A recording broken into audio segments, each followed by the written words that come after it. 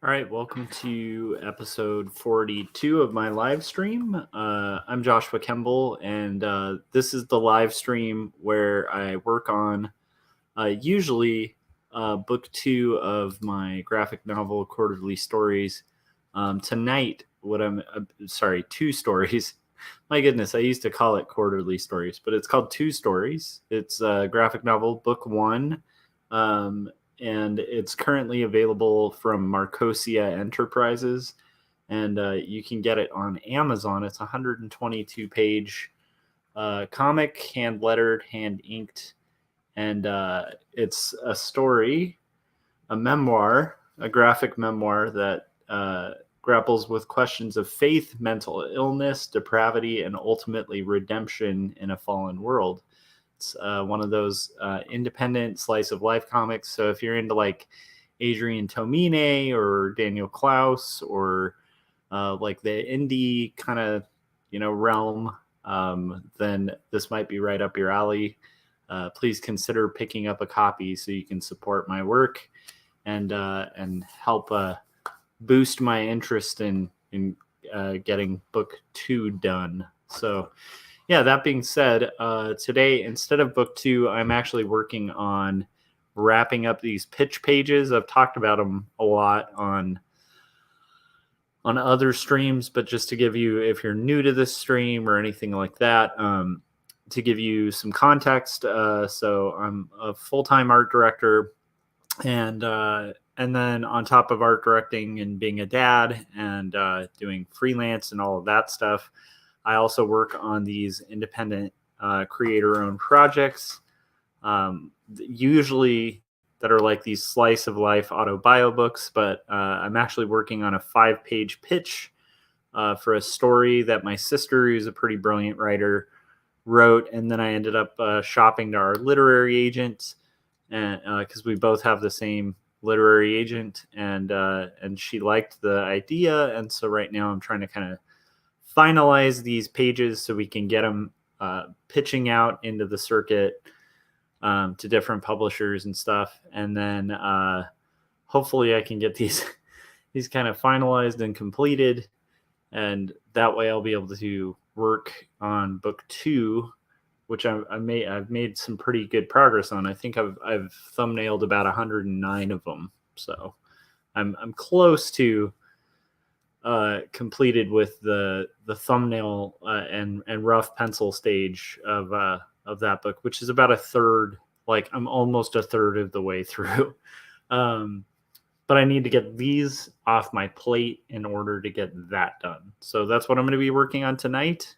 I hope you guys out there are having a good art day and are having a lot of productivity and stuff like that. And if you're familiar with the stream, the stream is basically pretty casual. It's me working on art, and if you stop in the chats or ask questions, feel free to. And sometimes I'll have people from the chats on just to talk and hang out and work on art. Sometimes it's just me flying solo. So that's basically what I'm going to do. Tonight, it's not going to be as long of a stream as usual, because I just basically need to finish this final panel of this page, the final panel right down here, which is like it needs to get done. So I'm going to try to wrap that up and then possibly call it a night. If I can, and it's not like, past midnight, I'm going to try to kind of cap this around midnight. But if it's not past and I manage to finish this, then maybe I'll start laying out flat colors, because these pages are being pitched as color and black and white. So, and it's an interesting technique that I'm using to color it. So it might be interesting to get into that, but we'll just have to see how the night goes. So that being said, I'm gonna just get into it and do the work, and then we'll see how it goes. So, it's an interesting style that I like. To me, it's been interesting, kind of diverging a little bit from the style that I usually work in, where I'm basically doing these in like kind of a pencil line sort of technique. Part of why I'm going to do a shorter stream today. It's funny. So I also rebooted my vlog. Huh, Adam's here. How's it going, Adam? How you doing, man? Yeah, what are you working on, Adam? I'm curious to hear how everything's going for you, man. How are the comics coming? Adam Lore is in the chats. He's a pretty amazing cartoonist and also does a lot of really cool, like kind of experimental, like indie, like 8-bit style music. It's really cool. But anyhow, so Adam's here, hanging out. So now I'm trying to. Oh yeah, I was trying to remember where I was going with that. Oh yeah. So part of why I'm going to do a shorter stream. I relaunched my vlog today. I think I'm going to be doing. I used to do this vlog when I was commuting to or from my day job as an art director, because I commute for like a good 3 hours a day. So it's a good time to like make content and kind of talk about stuff and kind of kill two birds with one stone, because I really like the format of vlogging. And I kept that up for years, and then for some reason I had issues with like the camera mount in my car, and then I just lost track of doing it. But I realized like that's a nice, like I'm always looking for ways to kind of create social media content and create kind of gamify situations where otherwise, like, I would be like driving in my car and listening to something or something like that. So I think I might be picking up that vlog again.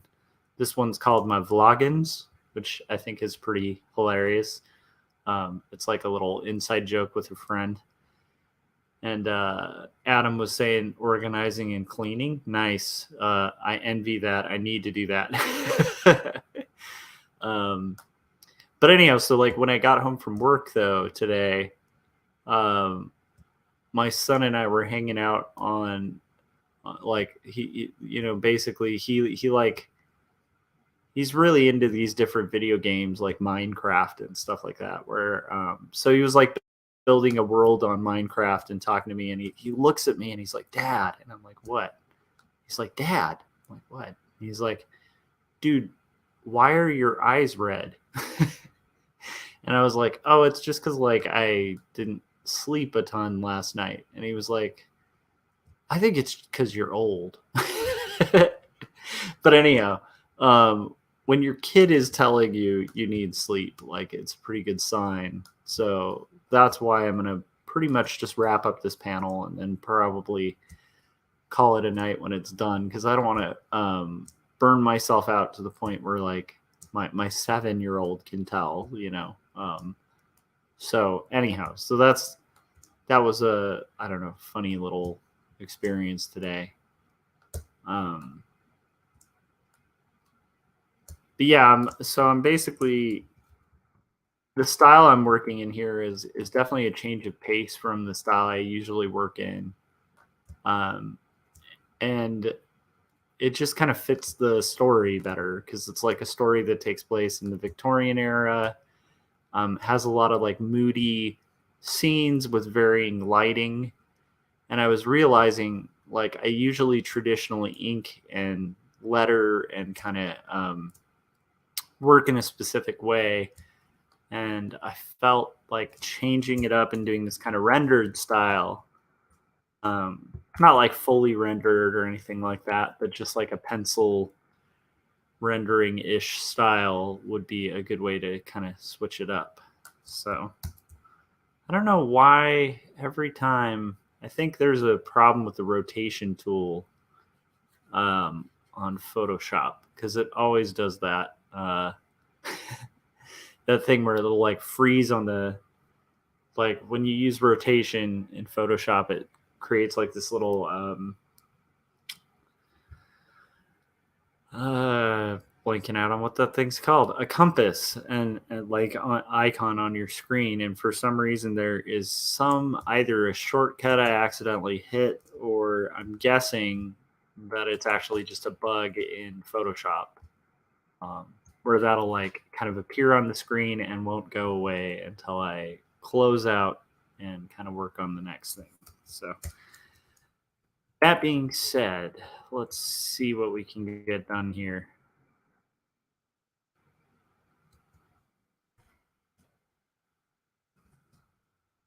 So I have a debate too about this lettering, and I guess I'll kind of find out how I want to render it once I get done with rendering the backgrounds and stuff.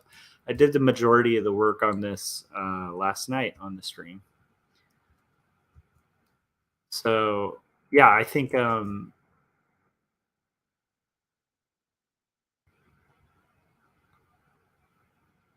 just get moving on this. But my debate about this lettering is whether I'm going to do white over black, or possibly like, if that'll be necessary. So it'll be interesting to see how that plays out with those letters. But anyhow, it's been a fun style to work in, and it's definitely outside of the style that I've worked in for two stories. But I definitely have been enjoying it. And then Chris Cawagua is joining in the chats. My goodness. And he was saying, I like the old timey rap. That's awesome. And we got Mama Soto showing up as well. So it is like, I think if we had Jake show up, it would be like the full night gang. But it's kind of awesome. Thanks guys for hanging out. What are you working on, Chris? How's it going, Mama Soto? If you guys hear me kind of sniffling or anything like that, this time of year I get these like ridiculously bad allergies, and so that's me just like fighting off like a potential allergy attack. Nothing huge.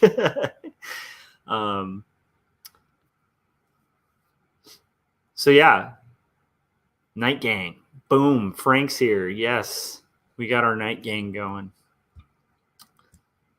So yeah, so as I was saying at the top, it's like it's likely that this will be a little bit shorter of a stream, but who knows? Like quite often, that's something I'll say at the beginning of these things, and then it's like 4 hours later. But I really do think it might be a shorter one because my objective here is to kind of hang out and get this page, at least the black and white, finished. And if it's like, so it's about 11:15. So my hope is to get out of here by 12. But I still did think that was funny that my son noticed that I was that I hadn't slept in a while and that my eyes were kind of red, and he was like, I just thought, I don't know, there's something really charming about, like kids, because they have like no filter. So the fact that he was like, I don't think you're tired, I think you're just old. It was cute. It's like, I don't know, because it's like he didn't mean it maliciously or anything. He just like kids that age, they just like, if they see something weird, like I've totally had little kids walk up to me and just be like, dude, your teeth are weird. And you're like, oh, well, thanks. Like, because they don't know not to say that kind of thing, So fun times. Yeah. Let's see. All right. So Chris Cawagua, the brilliant illustrator, friend of the show, friend of me, is dusting off some sketches that he's finishing up, and the old Art Nouveau ones. Ooh, are you? So Chris used to do a whole series of like these robot Nouveau things, and they're really cool posters. You can see them on Sketchboy01, and then I think chriscawagua.com. So I'm pretty sure those are like the two things. But Google Chris Cawagua and you can find his stuff. And like it's there are these really amazing like nouveau posters that he did, like of like different robots and stuff that usually tie into like a function, and then the borders of the nouveau posters have like all these little details about the specific robot and like how they kind of fit into like this kind of mythology and stuff. So I'm excited, man. If you're reopening those, Chris, I'm very excited. Frank said this is a great discussion. Actually, I'm kind of curious. Now I want you guys all to share if you've had a kid say something kind of weird to you, like about your appearance or something. Share it in the chats because that's too hilarious. So Frank was saying, a little girl told me my head looks like a coconut the other day.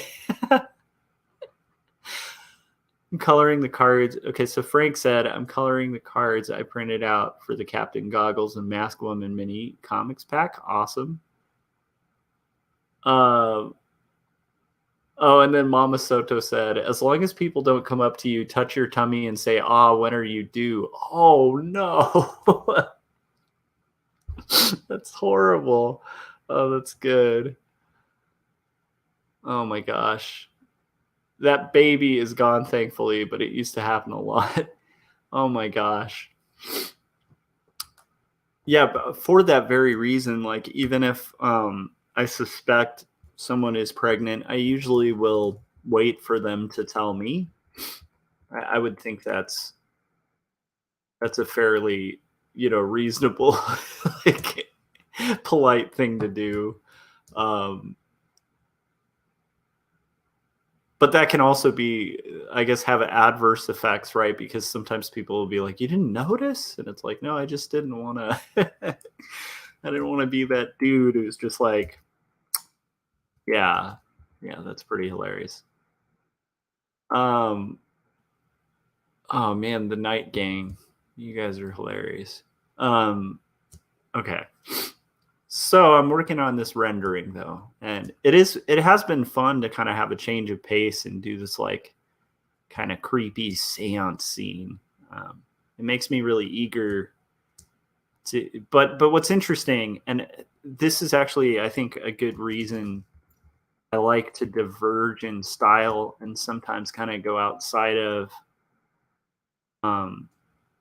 like have a couple projects going as opposed to just one, because by working on this, it's like I'm enjoying it and it's really cool. But I also am like really eager to get back to my main project, because it's like, but it's funny because the whole time I've been working on my main project, I've had these thoughts of like, especially because I've been doing, rough thumbnails and haven't been able to, because I'm trying to do it all in batches. So it's like, I haven't been able to like see those pages to finish yet. So it is nice to have these moments of being able to actually finish pages. And that's been pretty cool. Let's see here.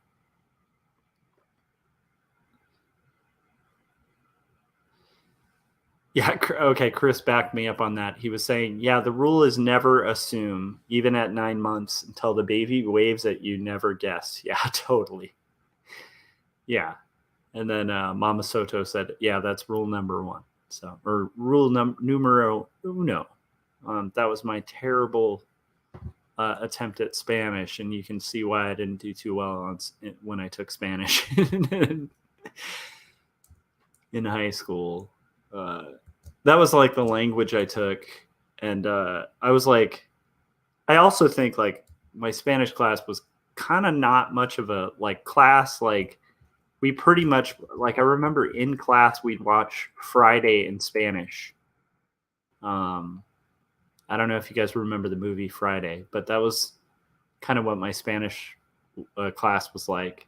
And then I remember my Spanish teacher would also show And my sister had the same Spanish teacher, so it's funny. She probably has the same story because I think this teacher did this for all her classes. But it was like she'd also show us ET in Spanish, and I still do. I think the one thing I learned in Spanish was "Te telefono mi casa." Like that was my the width and breadth of learning that language. Anyhow, sorry, just kind of a funny thing.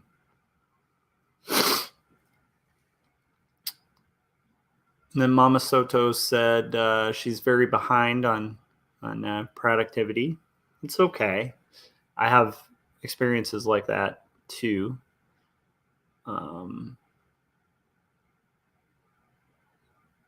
You watched? I don't even know. I don't know what Viernes is. Wait, Friday. Never mind.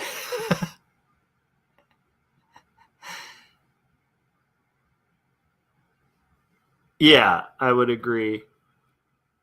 At least from what I can understand. Yeah. I mean, I can kind of I don't know. I'm no good at that. So, like I get very jealous of people who, not like super jealous, but I envy people who are able to speak multiple languages. Like my wife can speak pretty fluent um, Japanese, and I just think that's so cool to like have that ability. Keep trying to think of ways we could like teach my son, because I'm definitely at that age where it's like, unless I, you know, like I just have so much difficulty learning another language. But there's like that perfect age that Ben's at, where it's like if he learns now, he won't struggle learning it later. um but it is funny because it's he also, I don't know if he's interested in learning it. It's weird. It's like I think he knows a few words, but it would be kind of neat to be able to teach him that, because it's just such a cool skill to have in life. He knows the alphabet. What's up? He knows the 2 alphabets. Yeah, and so my son is like really obsessed with alphabets. There was so he knows the There's 2. 5 different alphabets. Yeah, he knows the 2. I don't remember them anymore. What's up, hon? I don't remember it anymore. But he used to know Spanish alphabet. Yeah, he used Russian to. alphabet, Yeah, Japanese 2 alphabets from Japan. yeah, He knew the American alphabet, and uppercase, lowercase, and cursive. Yeah, he knew a lot. And like, right? he was learning. Oh, and he also knew What was the it? one? The Islam? No, the is not Hindi. What is it? Gosh, Yeah. So my wife was basically saying my son, he was like obsessed with alphabets for a while. So there was a good year where yeah. So there was a good year where he knew like 6 alphabets, like different languages alphabets, because he'd want us to buy like alphabet sets of like multiple languages, and then he'd watch like these videos that would have like the alphabets that, like, because every country kind of has like their own like alphabet song. And so he'd watch like those on repeat, to the point where like my wife and I for a little bit could have probably run through them. He's learning Korean, and then he sort of stopped doing it. Yeah. So she was saying like he was like really into like the Russian alphabet. I think it's, I mean, there were just so many, and it was kind of weird because we'd buy these alphabet sets, and then like he'd point to letters and be like, which one is this? And like we wouldn't know. So he'd have to tell us, because we'd just be like, I have no idea how you memorized all these things. Like but it is cool. So he definitely has that in him, like the ability to learn it if he wants to. But the other thing is, I'm not sure how much of that was like a trend and then how much of that wasn't. Dude, Chris, that's rad. Chris was saying they're going to build a library of Japanese and Spanish kids books. That's smart. Dude, the other thing is that, like, it's good for your job prospects, and it just opens your ability to be able to communicate with more people. I think that's really cool. Yeah, I get very envious of that. Not like envious in like a negative way where it's like I'm sitting around like, if only I knew these languages, and but I do appreciate like the just the coolness of being able to do that. Frank was saying, does he know Klingon? Not yet. But my wife is a bit of a Trekkie. And so I'm sure he's going to get introduced to Star Trek at some point in his life. Particularly, I think she'll be introducing him to Next Generation. She got me into Next Generation. I was like, I was one of those kids like who was kind of lost in like the geek wars of pre-internet times, where back in the day, when you used to have to do dial-up to access the interwebs, there used to be the ongoing feud between the Trekkies and Star Wars nerds, and like there wasn't overlap with a lot of like geek circles and stuff. And so till I met my wife, I hadn't been exposed to how great and excellent Next Generation is. And so it's like it was really cool. She ended up breaking me of my bias against Star Trek, because I always was like the guy in high school who, like, because there were big, very vicious debates about like which was better, and they're both equally good. Can I just say something so I can go back? Yeah, go for it. Can you just check on him before you? 100%. So anyhow, like my she introduced me to Star Trek: The Next Generation, which I had avoided because I was like, no, Star Wars is cool, and Star Trek is not where it's at. And after seeing it, it was one of those things where I had like this bias, and I was like, why did I like? Why was I so anti that? I mean, still to this day, if I have to pick, if I had to pick, if somebody forced me to pick and was like, you have to pick your favorite, like, which is it, Star Trek or Star Wars? And I was like, absolutely required to say which one, which is what it kind of felt like. It's probably also just part of being like an early teen, where it's like there's just pressure to say anything. But it's like, if I were forced to this day, I would still argue like that Star Wars is better. But it's like one of those things of like, I think when you're young and it's all absolutes, it's like you either love Star Wars and hate Star Trek, or you love Star Trek and hate Star Wars. There is no gray. You can't like both. And it's like, I'm kind of glad that, I'm sure there's some corners of the internet that are still that way, but in general, I think like, people have broadened the banner of geekdom to kind of be inclusive of all things geek, and I think that's great. Because because of that, I had missed this whole beautiful thing with like Next Generation when it was going, So, yeah, my wife is a pretty rad lady. Which is like pretty obvious, but that's cool. Chris, like, that's a smart idea to do the two languages. Cause what a cool ability that kid will have. Yeah. Chris, you're going to have a rad kid. Did you ever watch that? Oh, wait. Did you ever watch the episode If Frasier Were a Spiteful Friend translates Frasier's speech to his son? And yeah.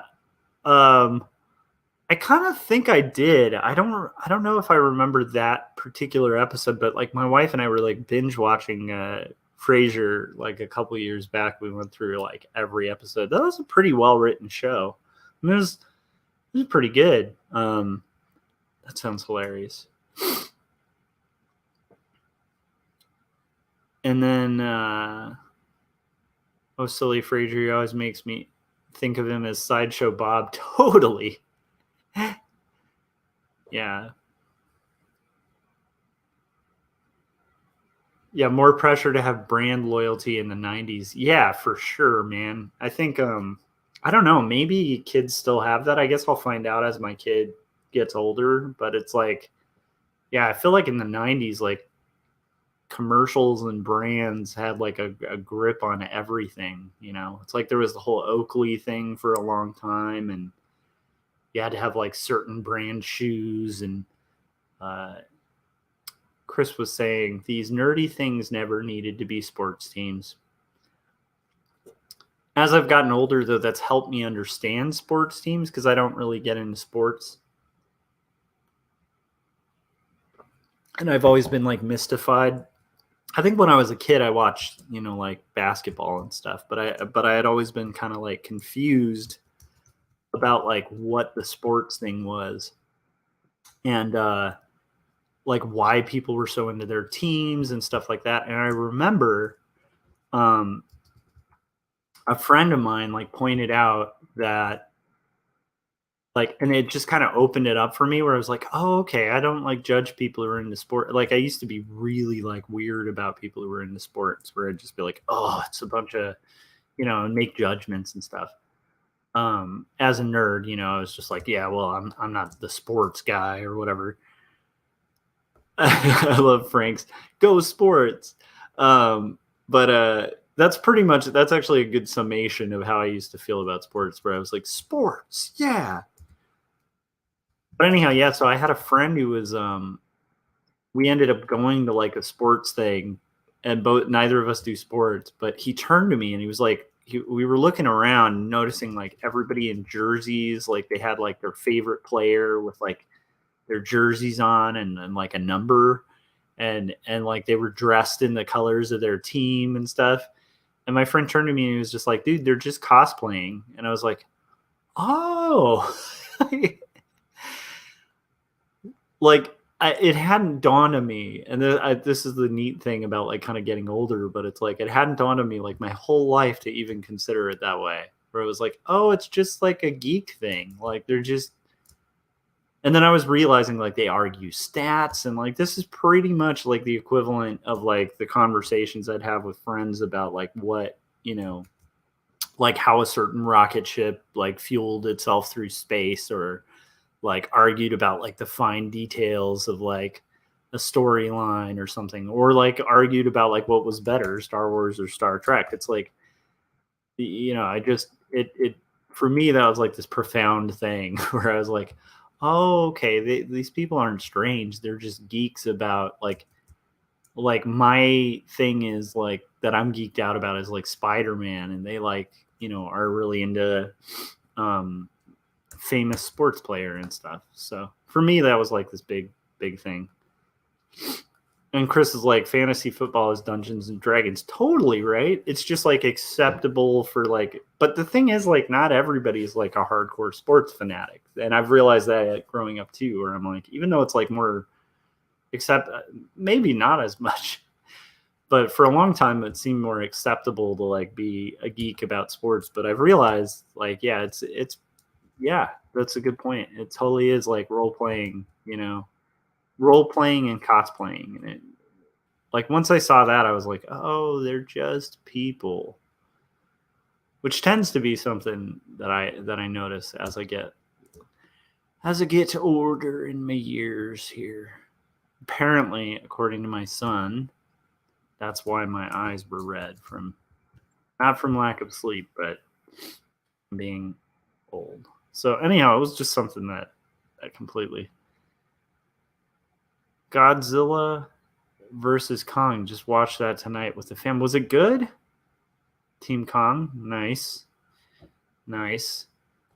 I'm split on that. because I do like me some Godzilla.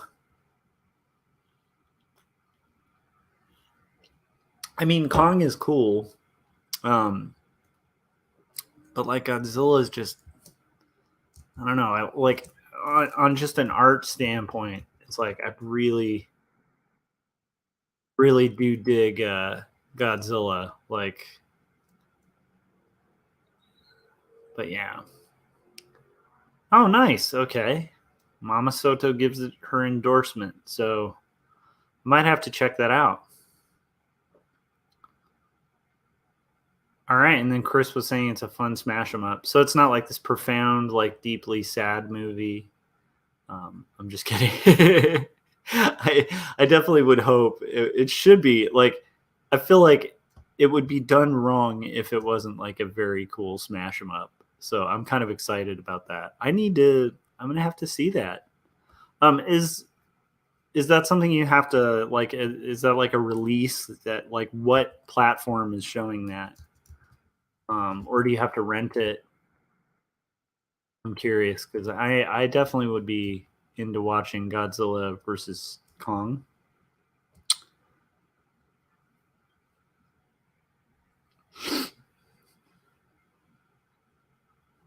So Frank said I was doing a gig with my roofer friend painting a guy's walls. The client was a huge on fantasy football, even had fantasy football ring on display. Yeah, right. Like that's the thing. It's like they'll have glass cases with their collection and like they remember all the stats and stuff. And I was like, oh, this is just like the guys who like remember all the stats on like Marvel comics or like know all the weird fine details of stuff. So I mean it makes sense.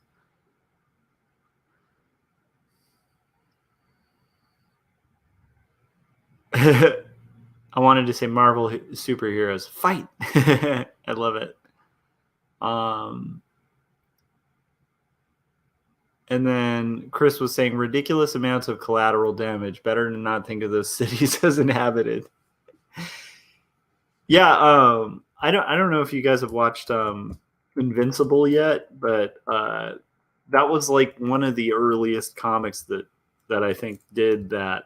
From what I gathered, because I wasn't following it at the time, but like my good friend Corey Kerr, was kind of filling me in on some of the history of Invincible, and I guess it was one of the early comics that kind of turned. I mean, definitely not like early like Watchmen. It's like almost like a second wave version of it, but it kind of turned the monster invasion type thing on its head, where it was like you see the collateral damage and you're like, holy crap. Like it's anyhow, Invincible has that with like an alien invasion plot line in their storyline where it's like you usually see those in films, but you don't usually see like this mass like collateral damage during like a superhero battle. um that could make for a story. I always thought it might be interesting to just do slice of life stories in a weird superhero inhabited world, but like where the superheroes. I'm sure this might have been done, but it's like where the superheroes are like hardly even in the book. Like they're just like and I know the superhero celebrity thing's been done. Um, but it's like it would be interesting to just have a story that takes place in that world, but there's like no interaction with superheroes, so they'd be just like equivalent to like billionaires or something. It's like I don't know if I've met a billionaire in my life, but I know they exist and I know they're out there. um, that might be interesting. Let's see here. I know these people. I love it. All right, this is pretty cool. I think this might actually wind up being a stream where I might actually be done around 12. We'll see. Creating this moody lighting. So working in this rendered style is interesting though, because you kind of have to do these layers and passes of gray just to like make sure you're not overblowing it.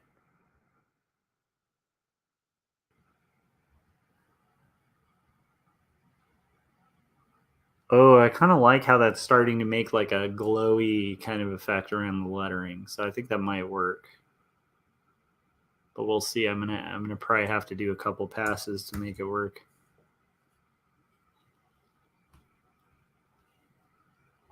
And then Benjamin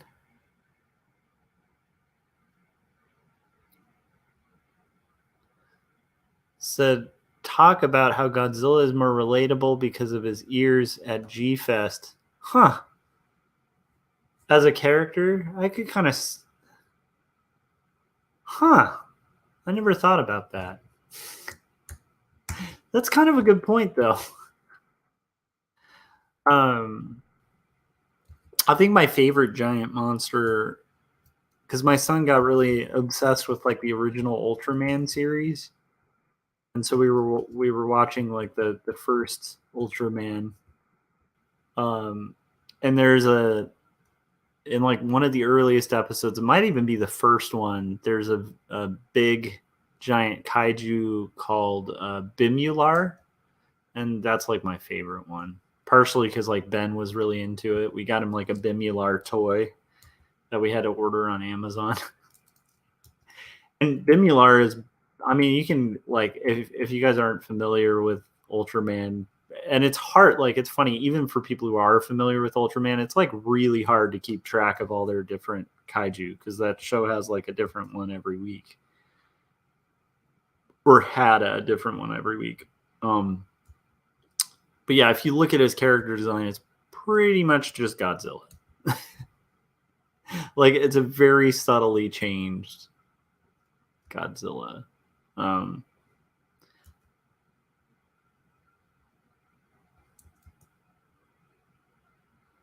so that would also be a really fun genre to work in comics, is like, you know, giant monsters attacking cities. Like it it's one of those things. I think it's fun to watch. It's like outside of just being fun to watch, like imagine how fun that would be to draw. Like um friend of mine, Gaz Gretzky, like he has a comic called the Horror A4, and it's like a mecha like kaiju versus mecha battle story. That's really cool. But it just looks so like it looks like a labor to draw, but it looks like the funnest labor imaginable because it's like, you know, I mean, just drawing giant robots and monsters, it just sounds so amazing. Um, yeah, the rubber suit Ultraman alien fights. My son was really into him too. You know, it makes perfect sense. It's like it is cool. I can see why you know kids get into that because it's like it's just great. Yeah. So yeah, my live stream just did a weird thing with. Okay, there we go. Boom. All right. I finally figured out how to fix it. But like, there's a on the format that I live stream in, it's like got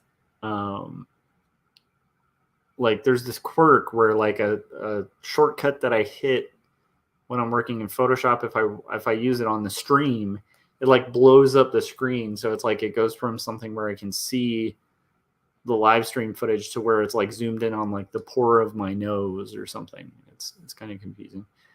Yeah, rubber suit alien fights also look like they'd be really fun to film and stage.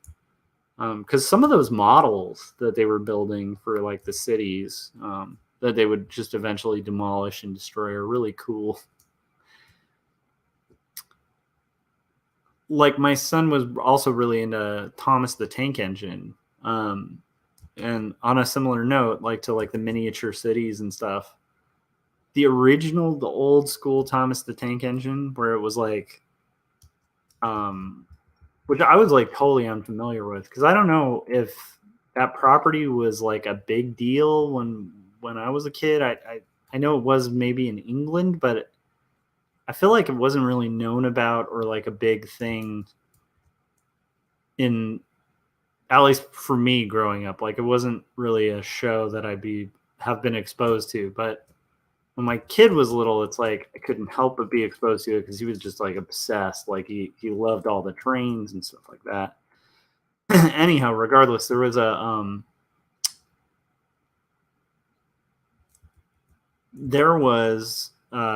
like older episodes where they used to, before it was CG, they used to actually do the show with like model railroad kits, and like seeing like these little villages they made with like fake trees and all this cool stuff. It was like, it's kind of fascinating and awesome, you know. um I don't know, that's probably the Star Wars nerd in me, is like, I like when you see really cool model kits and stuff, you're just like, oh, that's awesome. Like, I also just can't help but think like how fun it would be to build those sets where you're just like, yeah, we're gonna make this thing to smash. um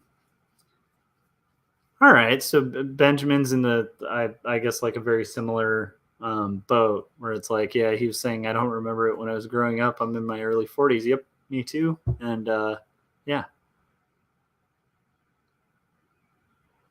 Oh yeah, the songs, they don't go away. There's like a, oh my gosh. I can even think of some of the ancillary songs. Like there's a song for Gordon where it's like, let's sing the song for Gordon. And it's like, it's just yeah, those will just randomly pop in my head. Not as often as they did. When he used to religiously watch it, it was like I would go to work and I'd have like a, the Thomas the Tank Engine theme in my head. Like be humming it around the workplace. Um, and then Frank said, I used to watch Shining Time Station on PBS. They had a Thomas segment with the original models. Yeah, they're really cool. And what's funny is I think Ringo Starr from the Beatles did the voice. So he'd be like, Thomas didn't know what to do. Like he was just like it's like one of the Beatles reading, doing voiceover for that. No, don't start it, Mama Soto.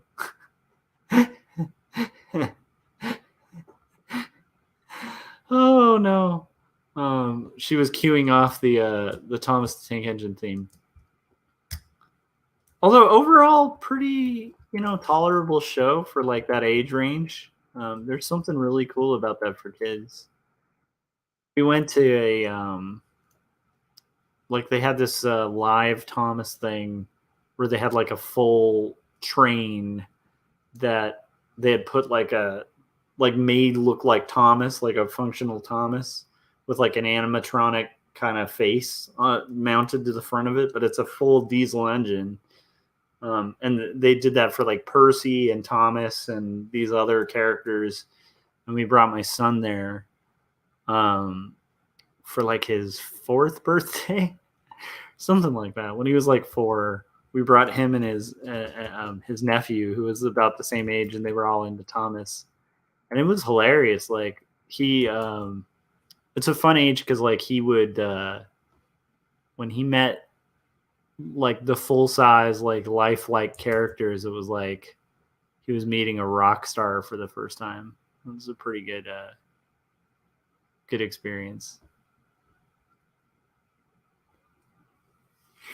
And then Frank was saying his kids like Thomas, and they had the models and play sets. Yeah, it's crazy too because like, as a parent, you're also like, do you really need the snowy Thomas train? I mean, you have Thomas, and it's like, yeah, but my Thomas doesn't have this like snow thing attached to it. It's exactly the same toy, but they just painted it different. I'm like, okay, I guess we're getting you another Thomas train. I mean, in general, like that's a pretty good property, but it is funny, like when you're on the parent side of things and you start seeing the marketing where you're like, oh, this is gonna drain our bank account. Anyhow, there's just moments like that, especially with Thomas, because it's like it's kind of similar. Like right now, my son's super into Pokemon, and like I love that he loves it, and we get him Pokemon toys and stuff. But it's like at the same time, it's like I can see the 80s cartoon mentality of it where it's like, oh, this is pretty brilliant. Like it's like collect them all. Like you got to get more. Like the whole structure of the story is like buy a bunch of stuff. But then again, it's like I'll feel like sometimes it's interesting trying to figure that out, or like kind of dealing with that. But it's also like I can't judge it because it's like I grew up in the '80s where we were like directly marketed to. Thomas the Transformer is pretty cool. Oh, nice. Mama Sota did the same thing. It's so rad.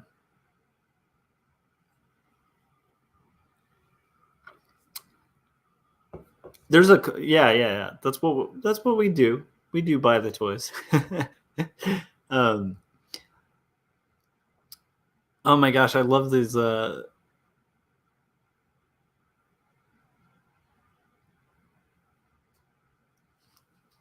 That's pretty awesome. Yeah, that's a good point. Did that scare the kids or it was for grown-ups? Yeah, that's a good point. Yeah, I think one of my favorite Thomas related things, there's like a metal drummer on YouTube who did like a hardcore, you can pretty much look it up if you just look up like drummer does like, I don't know, it's like doing metal drums to like heavy metal drumming to Thomas, the Thomas theme, and that's pretty funny too. I think for parents, especially if you get it stuck in your head. Let's see here.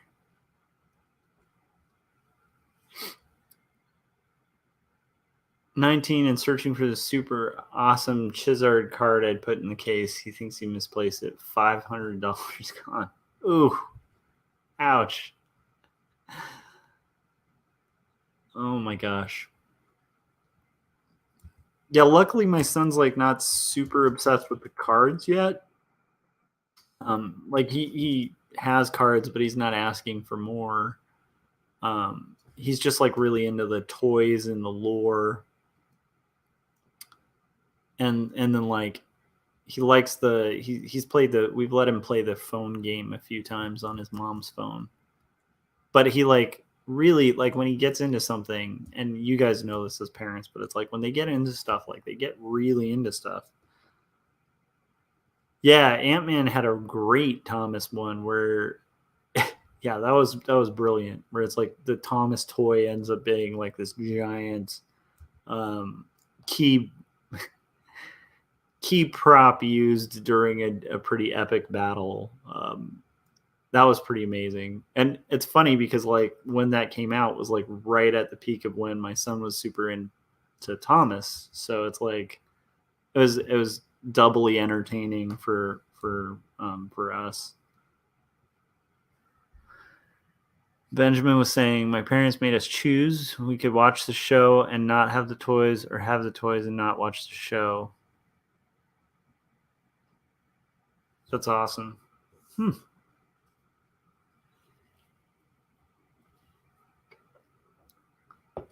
Building never does die. Yeah, my son's super into Legos too. Legos are pretty amazing.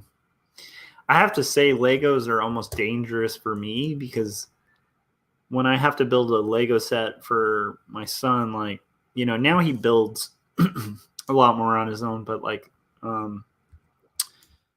when I end up doing that, I like when I'm building the Legos, I have this like memory of how fun it is to build Legos. I'm like, holy crap, like why haven't I just kept up with like building Legos? It's super fun.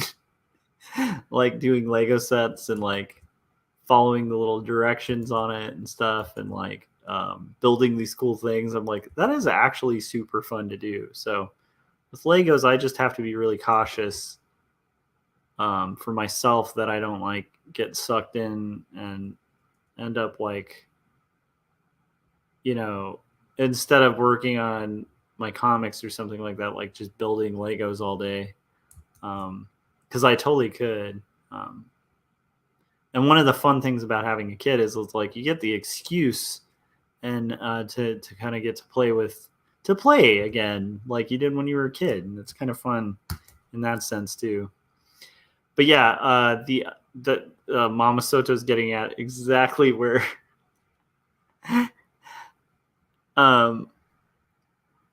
oh dude, Frank was saying remember pickup sticks, and yes I do. My sisters and I used to have like the most heated pickup sticks sessions where we'd just like have these epic battles playing pickup sticks. That was pretty fun. And then Mama Soto was saying just don't want to step on them. That's where I was going with the Legos thing. Is like the other danger of Legos is you're gonna have pain. IKEA furniture is Legos for adults. That's totally true, Chris. All right, so I'm almost there. I think I'll push it a little bit past midnight just so I can get this page completed. I'm definitely not going to get into flat colors tonight. Let's see here. How's it looking so far? Yeah, we're getting there. Okay. Not much further to go, though. And what I will probably do is just render through the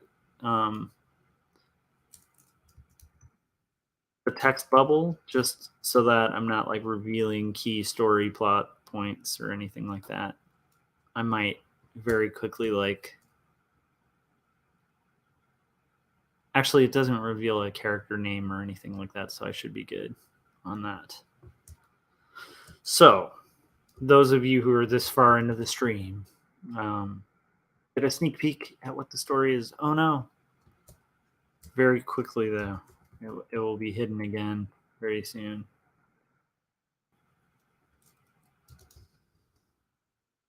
But it is fun to change it up. Like, I don't know.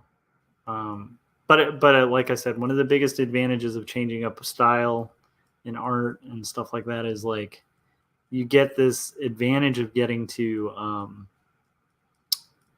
also remember like the projects you love working on. Like one of the easiest ways to know what you should be working on is like when you're working on something, what's the thing you're missing working on?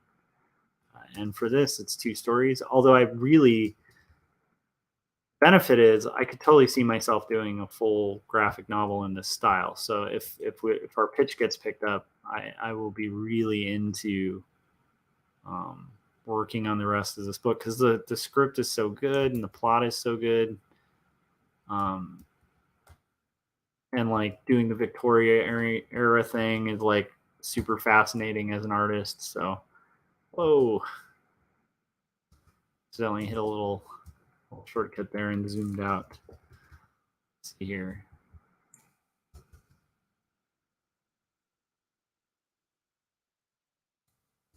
Let's see here.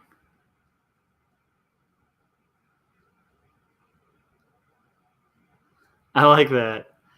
Convincing nephew to try crafting with real wood blocks and tape by calling it real life Minecraft at least a few minutes. Yeah.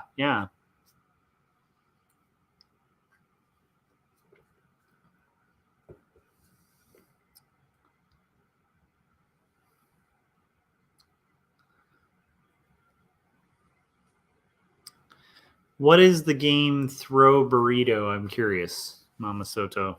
Let me know, because that sounds pretty cool. Yeah,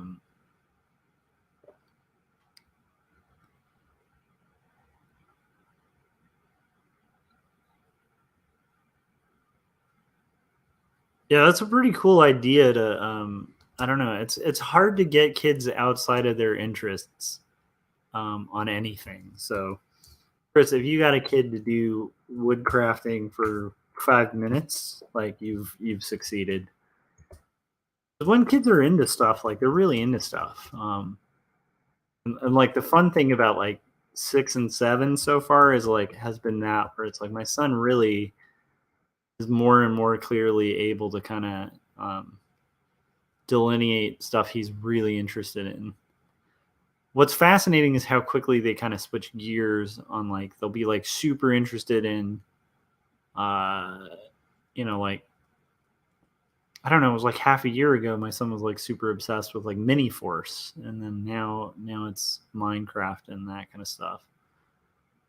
It's interesting how quick, but they'll also switch back to stuff they were into and kind of get into that. It's been a fascinating journey, but it definitely reminds me of when I was a kid too. So that's the advantage of, you get to kind of live vicariously a little bit with that, do creative things and run around getting in sword fights. My son and I get in a lot of epic battles. So let's see here. Okay, it is a squishy toy burrito. You have to throw like dodgeball, but if you start off back to back like an old Western shootout, no way. And then the card game determines who's going to do the roundup. Oh, that is so cool. That sounds pretty interesting. All right. I might have to check that out because that sounds pretty amazing. All right. So now I want to add a little mood before I kind of do the cleanup around that spot. Let's see how it looks. Yeah, okay. So I want to add a little bit more mood here. I'm going to clean up around him. So I'm not worried about going through that character. I'm doing this on a different layer. I want to add just a tad bit of mood here. Not too much, just a little pass. And then I think I want to darken here just a little bit. And I do think, whoa, okay, that wasn't good. I do think maybe, oh, actually, it's not too bad. I do like the idea of potentially doing that to the, let's see here. I kind of want to add a bit of that here too. Oh, too big. Keep the texture in there. No, maybe more subtle.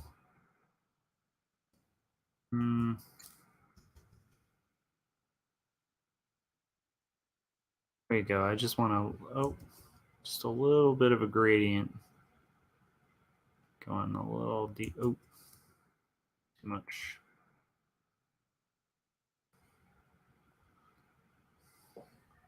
Exploding Kittens are the creators. Nice. I'm going to have to check that out. That sounds pretty cool. Okay.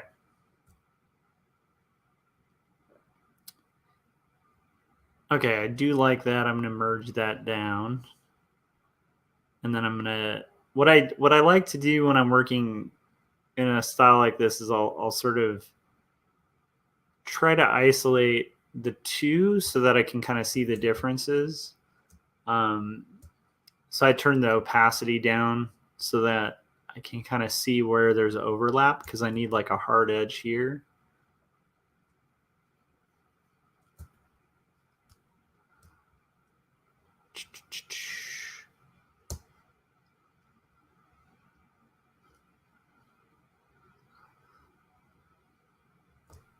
Similarly, like there's a lot of kind of cleanup I need to do around this hand potentially. Oop, not up there. Yeah, that burrito game, Chris was saying the burrito game sounds fun, and I totally agree. It does sound really cool. So yeah, so I'm going to basically get this cleaned up a little bit. Ooh, cleaned up just a tad more, and then we are almost there. It's pretty exciting, pretty thrilling.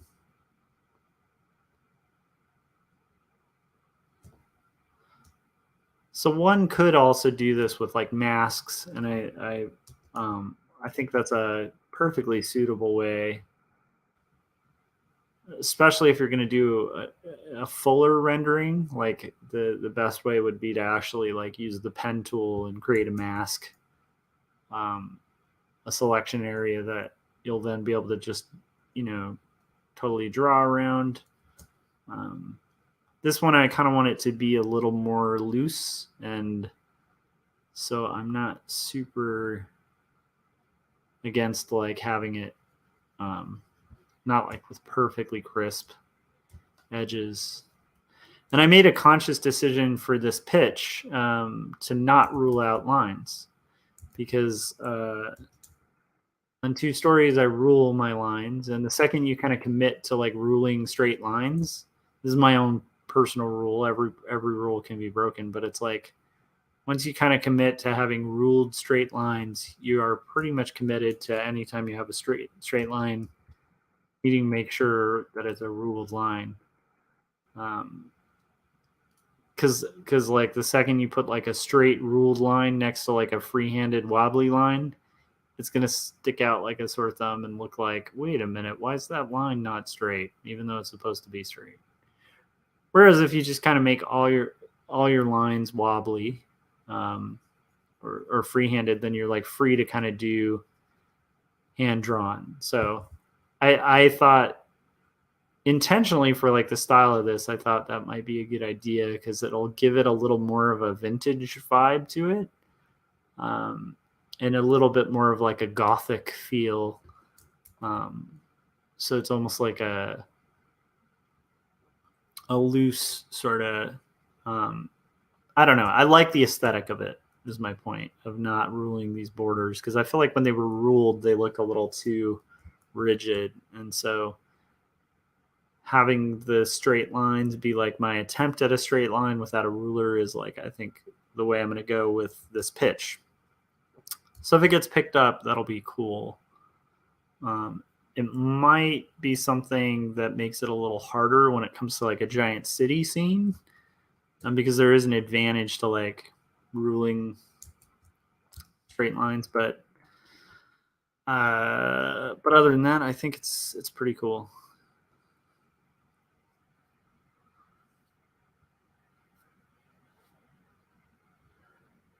I also appreciate stuff like newsprint print text being hand drawn tedious but fits the in universe. Yeah, I totally agree with that. Like, I think if you're, I think like if you're gonna have something with text in your comic, everything's hand drawn, and then the text is just digital. Especially if it's an insert like a newspaper or something like that, it's like, it's definitely helpful to like redraw it so it fits within the same thing. Because if it's like digital and it's thrown on there, then it can just kind of look out of context. Against like more, like basically organic things will stand out against things that are digital. So if you want your whole book to look organic, I recommend just make the whole thing organic. All right, here we go. Yeah, that's why I also have a little bit of I'm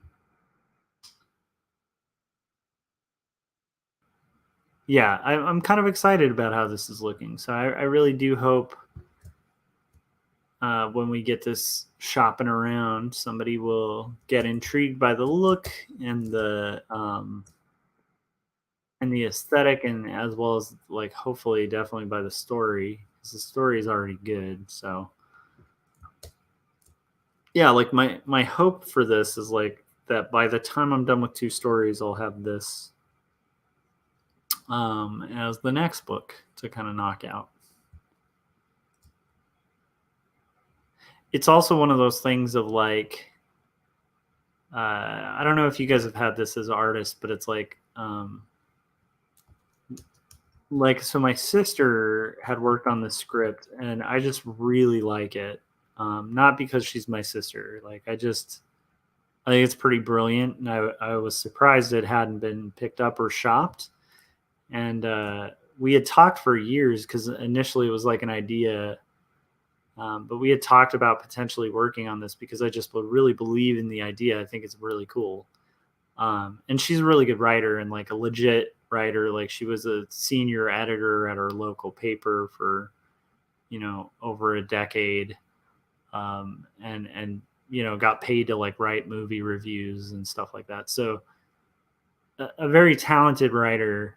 But it was just like it was like a pleasant surprise getting the script, because whenever you get a story from somebody or a friend, it's like there's always that hesitation at first because you're like, I don't know if this is, like, like if you don't like it, like what are you going to say to your friend? You're not going to be like, oh, this is terrible, like, So I was worried about that because it's my sister and she's generally like a really good writer, and I had a pretty good feeling it would be good, but I was like a little worried, like, okay, maybe it's not going to be good.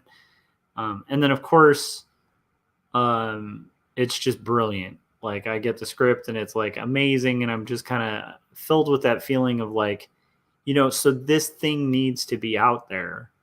And so I guess my question, or what I'm getting at is like, I usually, those are the kind of projects I really like being attached to. And that's why I want to pitch this out, and have our lit agent pick it up, because like get it picked up, because it's something that should be out there. And I always feel like those are the best projects. I don't know. I think creatively, like that's the kind of thing I chase, is like if I can make stuff that I think should be made, or if there's a collaboration where I'm like, man, this is such a cool story, like I want to be a part of it. I want to be a part of putting this thing out there and bringing it to life. That's one of the reasons I didn't mind kind of putting my own personal project on the sidelines, because I'm like, this really needs to get out there. So we'll see, but I think it will, potentially. I feel better about the pages as they are than as they were, for this pitch.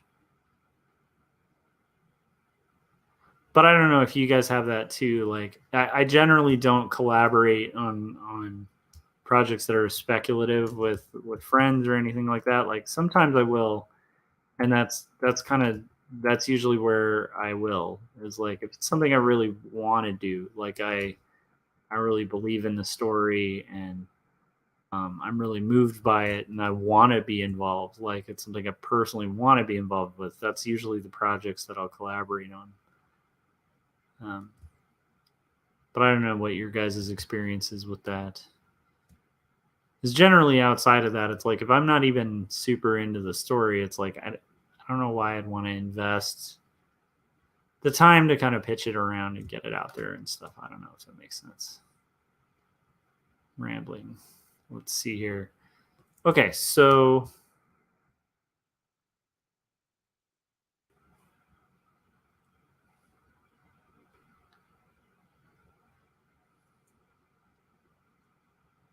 yep, there we go. And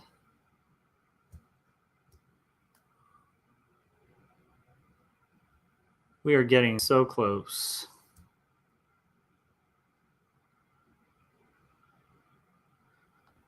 All right, so let me double check that that cleanup went okay. I'm going to cover this up. And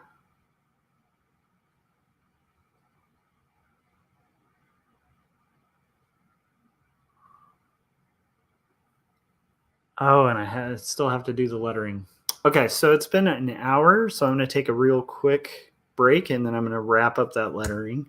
I appreciate everybody who's hanging out in the chats, and I'll be right back in like 2 seconds. So be right back.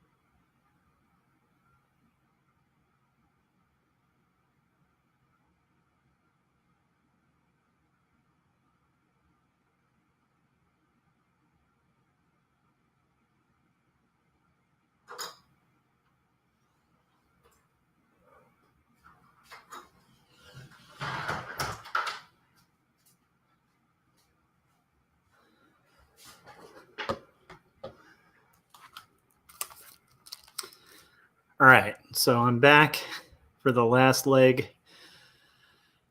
The last leg of this this thing where I'm gonna letter this. And with the lettering here, it's like I definitely want it to be pretty loose, but not too loose. But I definitely want it to be clear it's hand done. So, I should also merge that down. I like to keep my layers really simple on these things. I find if I have like too many layers with too many effects, just with the way I work, it can get really convoluted and confusing.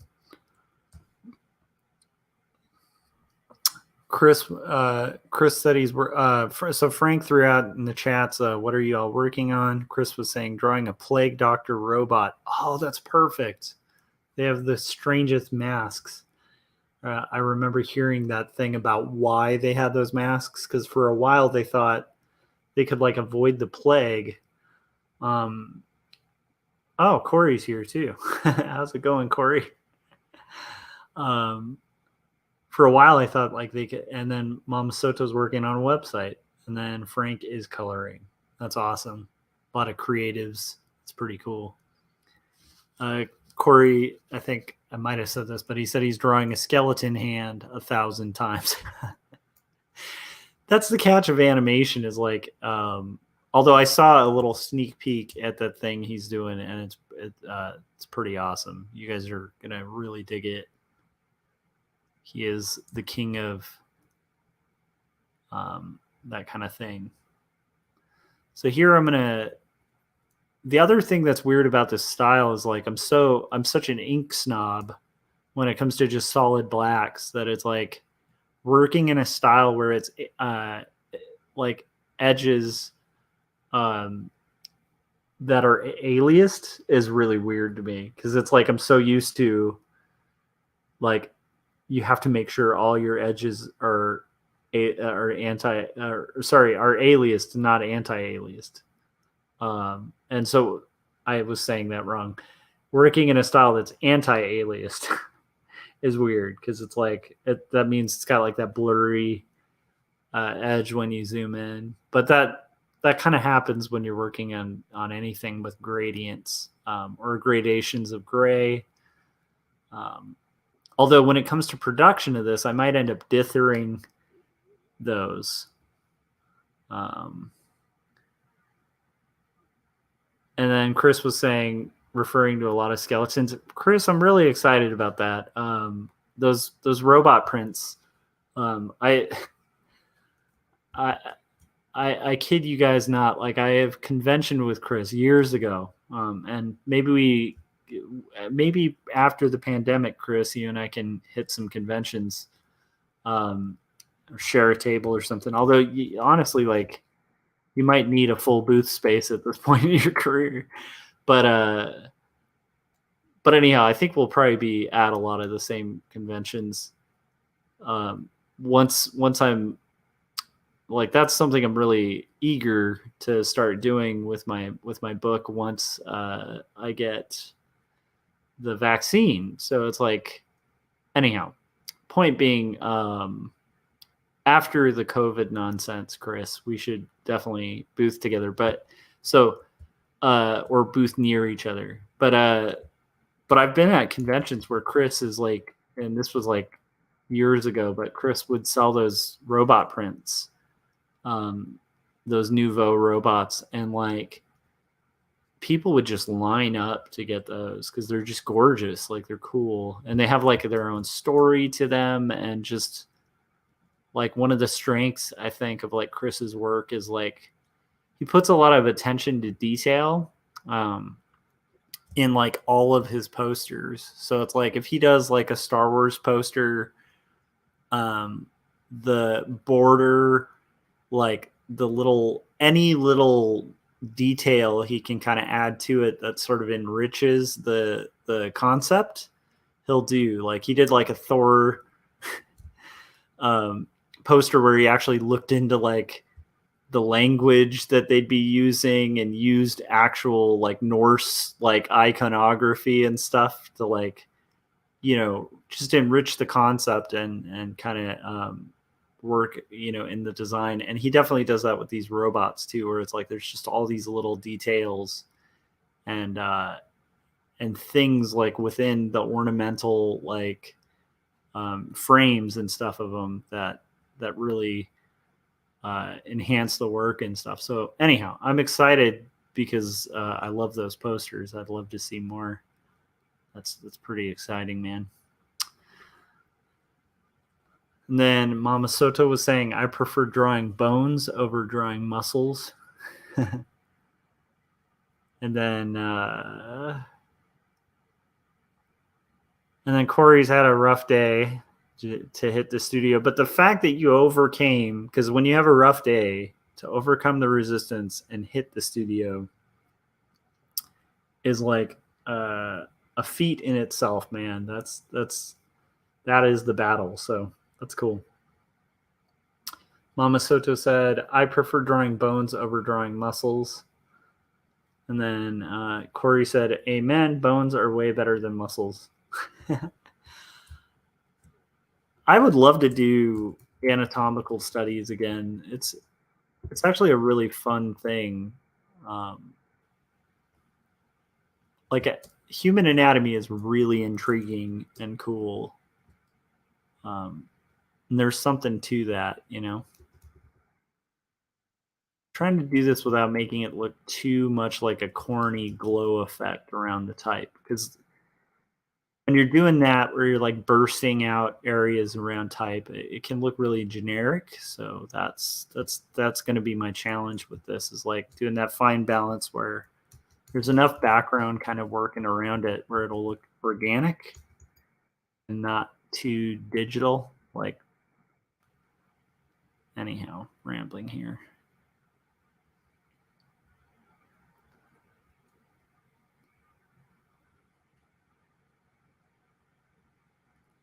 But yeah, so here we go. We got our ancient wrap. It's yeah,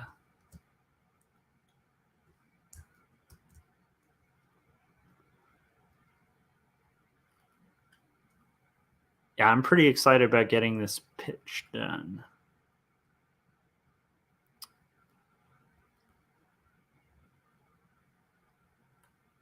So what do we have moving forward?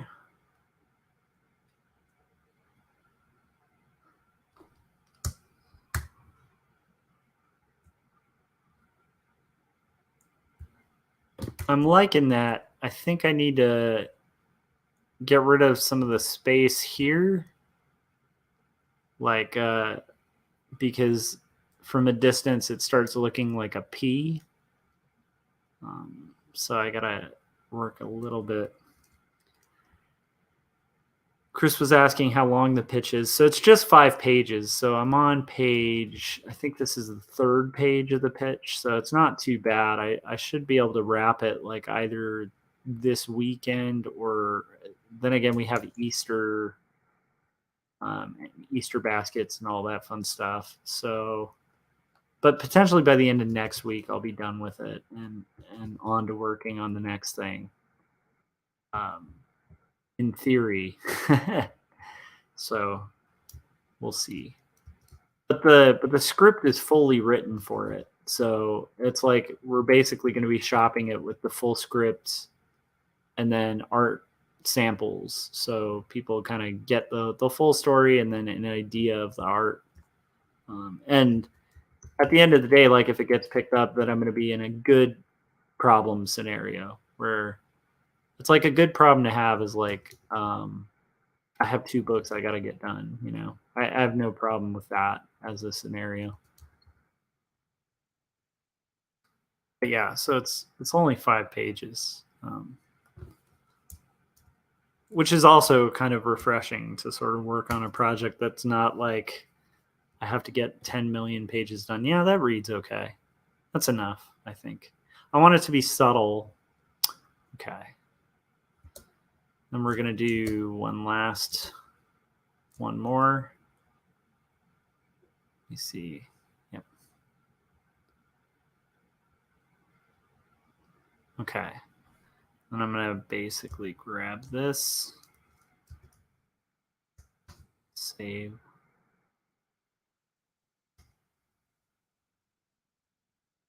This one I don't mind it getting blown out a little bit. Because it's going to be thicker, so I think it'll read okay. With less glow behind it. I also don't want to thicken my line too much to where I kind of miss the sharp edge from a distance.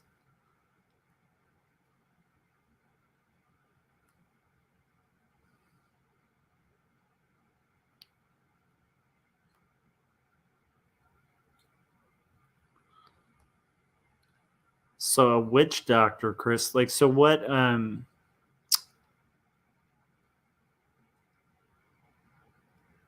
well, maybe I shouldn't ask because that might be like spoilers or whatever, but I'm kind of curious, like, what sort of elements you're going to add to it that you're thinking of. All right. And we're being joined by Corey, which is really rad. Let's pop Corey in. How's it going, man? Fine. How are you? Let's see your thin stack.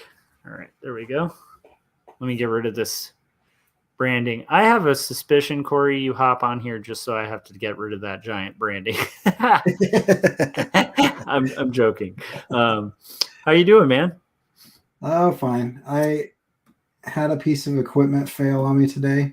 Oh no. That like I use for live streaming. It's the thing that connects my camera to the computer. And anyway, it's really annoying. Like failed, like fixable fail, or failed like you have to return it? And like failed, like I went into the office and I said, hey, this is like not working. And they're like, oh, well, we got the newer model of it. I was like, oh, cool. They're like, yeah, it does all this stuff. And I'm like, oh, I only need it to like switch cameras. That's all I need. They're like, yeah, it does a bunch of different stuff. And I was like, okay, well, whatever. So I brought that home and I have spent hours and hours and hours, and my computer will not recognize that it exists. So it's like the newer it's like the newer model, but it's really annoying. So anyway, so that's just I just hate, I don't mind working for hours and hours if something works, but I hate working for hours and hours and then it still doesn't work afterwards. Yeah, dude. Yeah. I mean, that to me, I tend to view myself as like a fairly patient person. Oh, I'm not. With the extent, well, the weird thing is I never view myself, I guess I'm saying that wrong. I'm viewed by people occasionally as a very patient person. Okay. But the one thing no one would view me as patient on is like with like technical problems on software or hardware. It's just like, it's one of, I don't know what it is about it that just drives me mad. Like, yeah, it's just, it actually causes fury, like bubbling fury. And I'm really bad with like controlling that fury because it's just like, I can't explain why, like, just, I don't know. It's just extremely frustrating. What you're describing sounds like something that would make me very annoyed and very mad. So, oh yeah, it's. I'm not exaggerating when I say it's my literal hell. Would be just like constantly trying and failing to update a driver. Yeah, I think like that, and then you'd have to like be on customer service lines. Oh, gosh.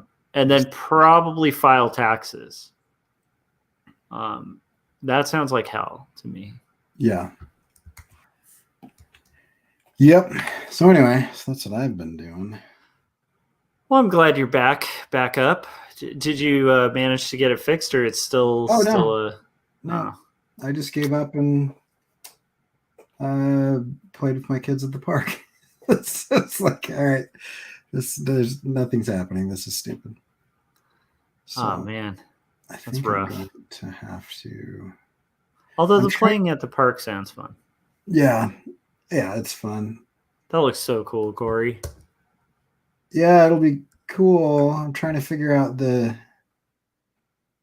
best way to do it. So I'm not. Yeah, it's hard to work out those mechanics. Oh, this thing is. I thought, hey, this will be really straightforward. I knew it would be hard, but then it's just more complicated than I thought it would be.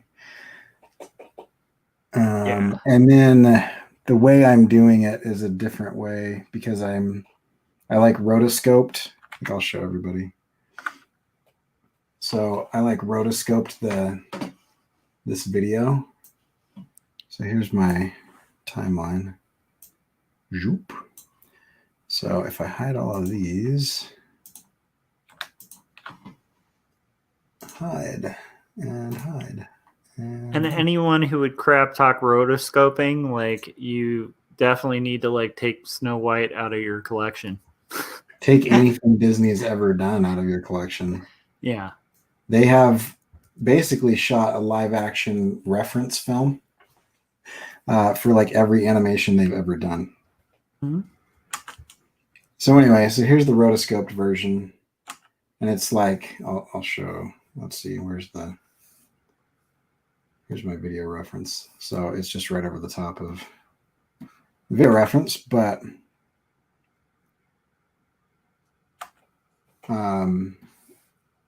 anyway, I'm trying to figure out. So there's the video reference. So I'm not going to rotoscope the final because I don't want to draw. I figured it out. It was like I'd have to draw everything like 60 times or something. Oh So man. I'm not doing that. But in the meantime, I'm trying to figure out the like structure of how to move the stuff when it needs to move, but it's like grouped into comps that are different than normal. So that doesn't make any sense. I'm not making any sense, but It kind of makes sense. I mean, yeah, that makes sense. yeah. It wouldn't have made sense like pre-dipping into After Effects. Yeah, so like Photoshop, like when you group something in Photoshop, Mama Soto said tricky pen maneuvering, Corey. Yeah. And then we got an answer from Chris about some of the components. He said, looking into the history of then beaked plague doctor imagery and its lore, I want to explore the connection between death, health, and economics in ancient symbols like the catechus and rod of Acephalus. Or Caduceus, I think. Yeah. So anyhow, that is really cool. And I also think this Corey explains why you and I are friends, because like Chris and I have been friends forever. And it's like that kind of deep thinking about like, Yeah. you know, I think that's just a cool component. I feel like you and Chris will get along very well. One of these days, the three of us are going to collaborate on something. Yeah, for sure. Okay. If I put thumb and thumb tining inside of thumb bone. Oh, see, I thought I was done. And the one thing I didn't notice was I blew out my thing here. I didn't.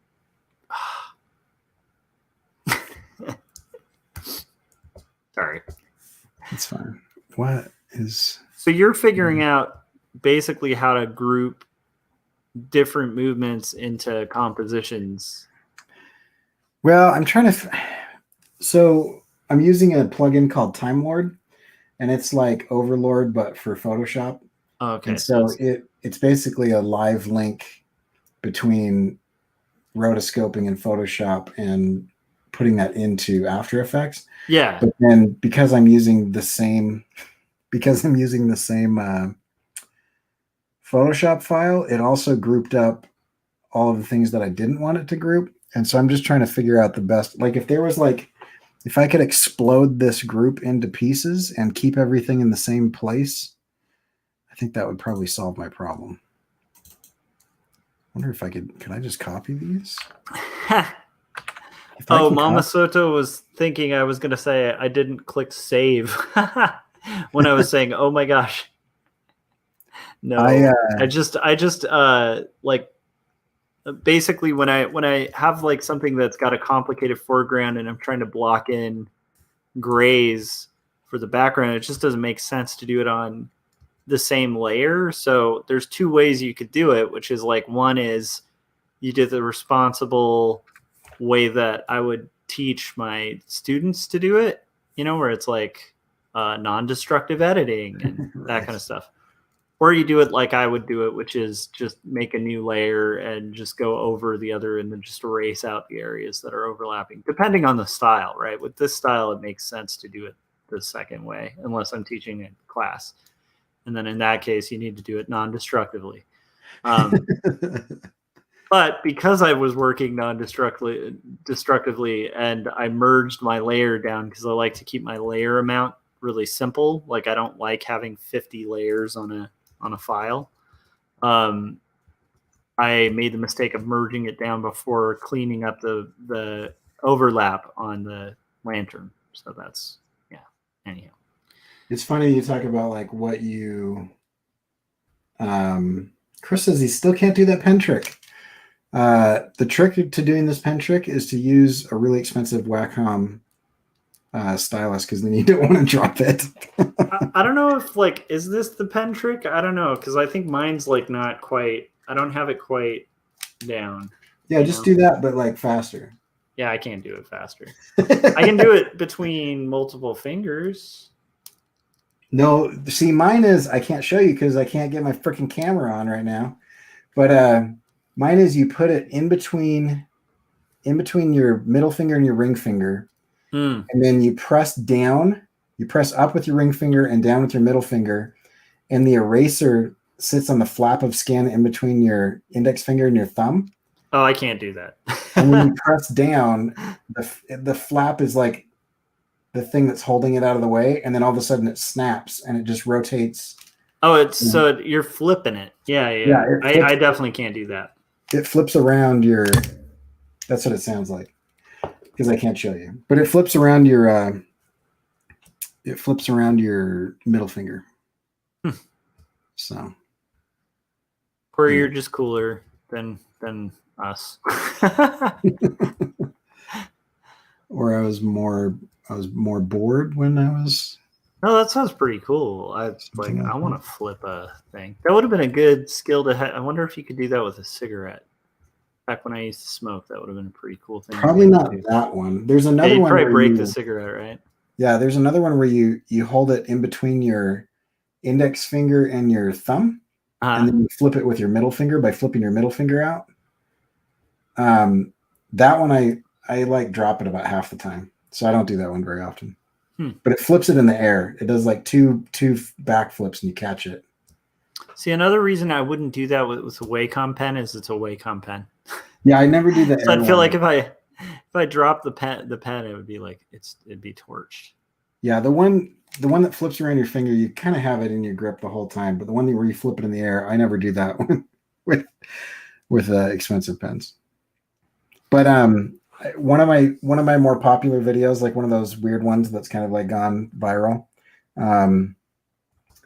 I am showing people how to use like brushes with a drawing tablet, and there's a close-up of my hand.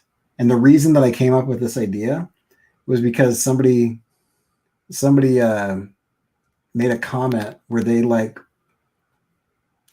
put the time code in the comment. You know how you can do that and you click on the video? Yeah. Like, I don't know what they're talking about. And I can't even remember what the comment was, but basically it was that they were impressed that I'm like flipping this pen around as I'm talking. Cause I like gesture. Yeah. And I flip the pen around and yeah. That is pretty amazing. That's like the trick, who could totally do that is like drummers. Yeah. Cause like pretty much anybody who learns drums learns that like the twirl. Right. Of the sticks, just the show offy thing. And it's like I can't do that either, but I guess if I played drums, you'd be able to do it. Yeah, it just happens. It's like a outgrowth, and then suddenly you for some reason start acting really wild all the time. I worked at a place that did a lot of music stuff, and it was really funny because everybody would talk about like how much they hated like stereotypes about musicians, and they're like, we're professional too, all this stuff. And then but whenever drummers would come up, they'd be like, no, those are all accurate. Yeah, drummers, dude. Okay, so at least almost any time I've been in a band with drummers, they tend to be the first guy to like take off their shirt, that kind of person, where they're just like I remember as a kid, well, not as a kid, but like in my teens, the band I was in, our drummer would do this thing where he'd disappear and then he'd come out and he'd just have a guitar and nothing else. Like he wouldn't be wearing anything. You're like, dude, put clothes on. Like, the hell? Yeah. Like, he'd do that all the time. And I thought that was so strange until I played with other drummers, and I was like, oh, that's just like drummers are just weird dudes. Like, yeah. Oh man, so many drummer stories. There was a salesman that we hired one time that was a drummer, and this sounds cool, but you have to understand that this is in like a workplace where people like, it's like weird if you don't wear a collared shirt. Anyway, he made his own leather pants. Oh no. Out of a cow that he bought, like the hide from like the local butcher. Oh no. And he did that for the job. Like he was like, oh yeah, I need some pants because I don't own any pants. So I'm just going to make these pants because that makes sense. Anyway, he was a strange guy. He's the only person I've ever had to have the hygiene talk with that was, like over 18. Like, hey, when you come into a workplace and you haven't showered in 2 weeks, you smell bad. And if you smell bad, it makes it hard to work here for everybody else. Well, deodorant's a scam. It's got magnesium in it. Well, then use deodorant that doesn't have magnesium in it, or shower every day. I don't actually care what the solution to this is, but the fact that I have to have this conversation with you as a grown man is weird. That last statement you just said describes a lot of woes of most management. Is like, I think most conversations you have to have as a manager are kind of like that, where you're like, the fact that I even have to have this conversation. It's like, just please just don't. Come on. You're better than this. Maybe you're not, but you should be. Oh man. All right. Well, I have managed to get this page done, and I have managed to animate the thumb. You did? There it goes. Dude, look at that. Holy crap. Yeah. That is cool to have that map too. Yeah. Yeah. I also love that that's like rendered. So it's got like it's going to have like kind of almost like a Monty Python-ish vibe, like the way those fingers, like the hand, like just the bones are going to work.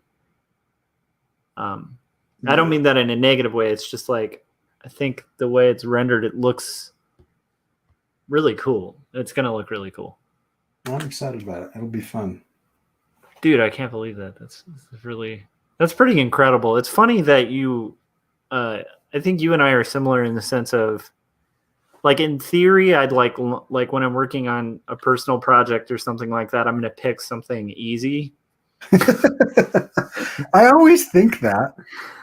But it's like you'll pick something like, I'm going to do a really complicated hand movement that would cause a lot of people to struggle, like trying to figure out the logistics of it, Yeah. Also, though, I mean, this is like, I feel like this is my shot because I'm doing this for Wacom, and so yeah. No, that's a good call, man. You want to. Well, it's like I was saying about this pitch. It's like you don't want to,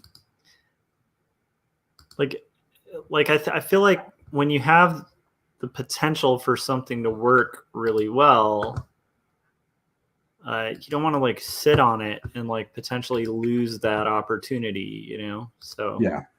Right. if it's something that's like, to me, it's like, if this means like putting off my book by like a week or two, but then at the end of that book, maybe I'll have another book lined up that is something I really want to see out there. Like, then it's totally worth that investment, you know? Right. Whereas if I sit on it and don't do that, then like I probably won't have that other book lined up. So it's, you know, it's, I think like, yeah, there's definitely, that is really cool, Corey. I'm excited about that. I'm excited too. Hopefully. Mama Soto, who has a bunch of experience with music, she's a bassist, said, speaking of music, I saw your new project. What's the story? I will be hopefully working on that a little bit tomorrow, but I have this thing where I've been, like last year I made an album just for fun, and it's not like I'm not overworking it. It's not like perfectly produced or anything like that, but it's just a way to like write songs when I'm unable to kind of get together with other musicians. And also just because I have songs I want to write, you know. And so I have since decided I want to try, in theory, to like do like a solo album a year just for fun. And so that's what that song is. It's like track 1.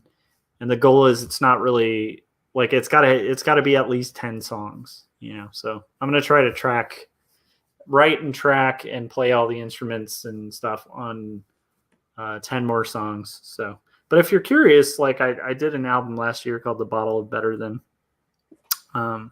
Sorry. And then she was saying drummers are stereotyped as the rebel. I don't know if it's stereotyped. I think that's what Corey and I were getting at, was like, with all other musicians. Depends on the type of drummer. Like if you're looking at like a drummer in like a normal like gigging garage band, I think that's what we were talking about. But like the dude who plays like the bongo, or you know, is like really into drum circles, or that's true. Like what is that? There's a box with like snare drum strings with a hole in it. Well, that's what I'm using actually for mine. I got one. It's called the Cajon. So it's just like it's a box, but I wouldn't ever like step foot outside and like sit on a patio and play. Right. There was a big drum circle in Portland, like at the park. Yeah, totally. And it was hilarious because like people, when you walk by, they'd be like, "Come on, brother, join us." And it's like, I just don't want to, like, don't get me wrong, I'll jam with people, but it's like, I don't particularly in the middle of the day want to like go sit around and bang a drum with people. Dude, I got into a drum circle one time. Mama Soto saying jazz drummers, no. And I would agree. Jazz drummers are not like the most rebellious people on the planet. I'd say jazz drummers are probably some of the most intellectual people you'll ever run into.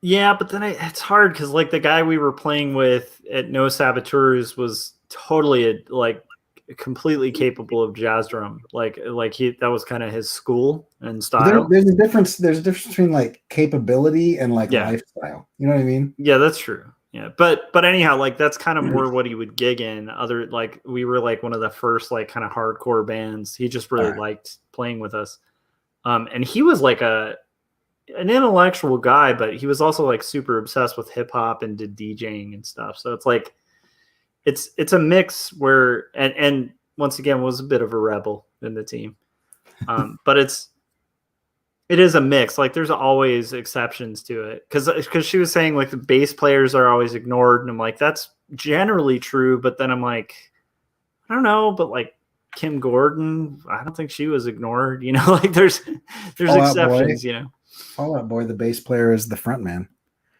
Yeah. But then again, it's like, or like Flea, like I don't even like the Red Hot Chili Peppers, but I love Flea. Like he's one of the best bassists around. I don't know, but that's the exception. But she's right in general. Like the bass. And she's totally right about like the guitarists are usually show offs. Singers are David Lee Ross. This is funny. Keyboardists are the nerds and the real musicians.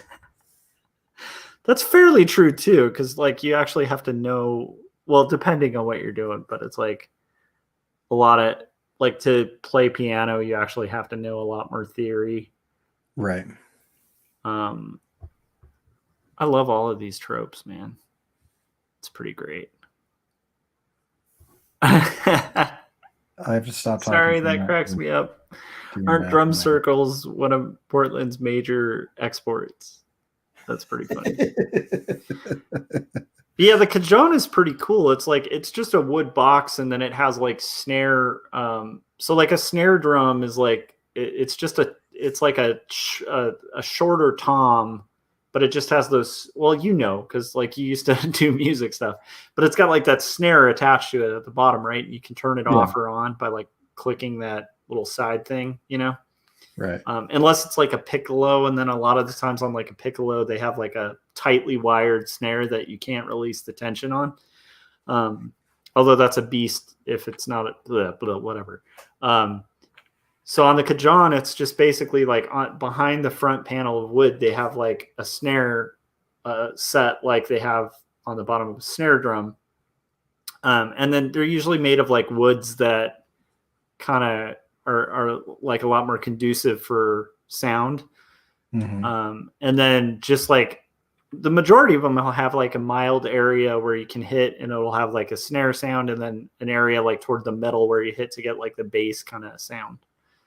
And the only reason I use that is just it's like pure expediency, because it's like I hate the sound of programmed drums, and I just don't want to like drop, you know, $2,000 or $3,000 for a drum set.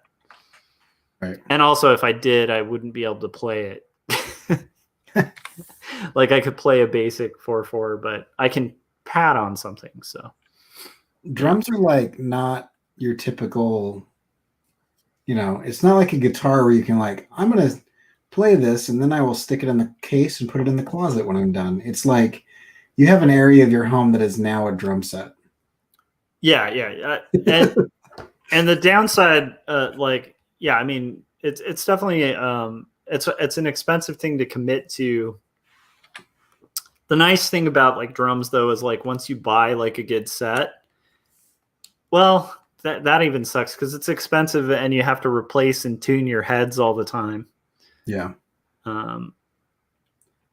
So actually it's kind of a beast because like as a guitarist, it's like you break strings, you're going to drop like 10 or 15 bucks. Maybe your cord goes out, amp blows out every once in a while. Well, I guess that would be the catch. Then you have guitar acquisition syndrome. That's 100%. I have to fight that all the time. But I'm kind of excited like about kind of creating exactly woods that resonate. So I just got like a cheap, I mean, I actually asked our drummer which cajon I should order, you know, because I was like, I kind of don't want to spend over like $100 on this, you know. And he was like, this guy's the one I would get. I'm like, okay, cool. And it works great. So I don't know the brand though, because I'm not like a drum guy. So I was just like, I looked up the reviews. It was good. So what is the brand? Chris just made the ultimate dad joke. See, Chris, it's happening. This is what happens. You're soon to be a dad, and your dad jokes will start rising to the top. But this is awesome. If one box instrument is a cajon, are two of them cajones? Sorry. Yeah, but it makes a different sound when you beat them. Oh no. Oh, okay. That was good. And then, yeah, it's amazing. Oh, and then it goes behind. All right. Well, I rapped, which is like pretty awesome. I appreciate everybody like showed up and did these things. And then Chris was saying you topped the joke, which is 100% true. That was set up and knocked down like in a good way. Yeah, he set it up well for me. Yeah, that was really nice. I really like the animation and I'm enjoying hanging out. I don't know, Corey, did you catch any of the beginning of this thing? I caught bits and pieces of you guys talking about 80s cartoons, I think. Oh, okay, so like the funny thing, I'll retell it, but it's like there was a point today when I got home from work. I got home early because it's like Good Friday, so we got off early. And so I get home and I'm sitting, and my son's like sitting next to me and playing Minecraft, and he looks over to me and he goes, "Dad," and I'm like, "What?" And he's like, "I'm serious, Dad." I'm like, "Okay, what do you?" And he's like, "Your eyes. Why are your eyes so red?" And I was like, "I think it's because I got like 3 hours of sleep last night. Like I'm pretty tired." And he was like, "Are you sure it's not because you're old?" And it was cracking me up because like kids just have no filter, Yeah. Where they'll just say something like that, like, "What are those weird things on your face?" And you're like, "Oh, those are wrinkles." And they're like, "Oh, okay, like, is that because you're old?" Or like, it's like things that like no adult would ask, But anyhow, at that point, I was like, okay, I need to like nap because my son's pretty much telling me I look. So anyhow, I was gonna do a short stream, and I'm about an hour over what I was gonna do because I was like basically like I'm just gonna finish this last panel, and much like you were describing, where you're like, oh, this will be simple with the spinning of the hand. I'm like, I'll finish the panel in an hour. 2 hours later. Yeah. But I do think I'm gonna have to call it. Just to get some rest and stuff. Although I'll probably be streaming again tomorrow. Thanks to everybody who like joined in on the chats. Check out everybody's work. Oh, Peter Palmiotti just joined. This is a bummer to have to leave this active, exciting. And Jake just got here. It's the Night Gang, and I gotta go. But anyhow, so like before we kind of wrap it, hi Jake. We actually mentioned you at the top because I was saying as a joke, we had like the whole crew of the Night Gang show up, and I was like, if Jake were here, it'd be like the full Night Gang, But anyhow, so yeah, I'd encourage everybody to like check out like if you're watching this after the fact. Look through the chats, check out every artist in there. There's a lot of great artists that have been contributing. Thanks to everybody who showed up and hung out. And I'll be up at weird, strange hours tomorrow as well. Thanks, Corey, for hopping on, man, and showing the animations too. I kind of miss chatting and hanging out in the wee hours, so we'll have to do this.